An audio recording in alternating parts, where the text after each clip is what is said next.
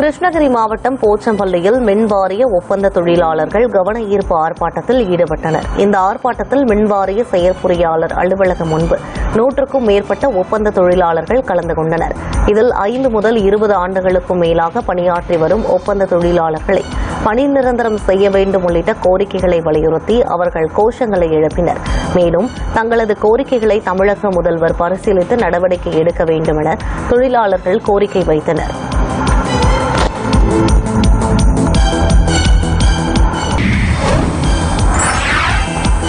கிருஷ்ணகிரி மாவட்டம் போச்சம்பள்ளியில் மின்வாரிய ஒப்பந்த தொழிலாளர்கள் கவன ஈர்ப்பு ஆர்ப்பாட்டத்தில் ஈடுபட்டனர். இந்த ஆர்ப்பாட்டத்தில் மின்வாரிய செயற்பொறியாளர் அலுவலகம் முன்பு 100க்கும் மேற்பட்ட ஒப்பந்த தொழிலாளர்கள் கலந்து கொண்டனர். இதில் 5 முதல் 20 ஆண்டுகளுக்கும் மேலாக பணியாற்றி வரும் ஒப்பந்த தொழிலாளர்களை பணி நிரந்தரம் செய்ய வேண்டும் உள்ளிட்ட கோரிக்கைகளை வலியுறுத்தி அவர்கள் கோஷங்களை எழுப்பினர். மேலும் தங்களது கோரிக்கைகளை தமிழக முதல்வர் பரிசீலித்து நடவடிக்கை எடுக்க வேண்டும் என தொழிலாளர்கள் கோரிக்கை வைத்தனர்.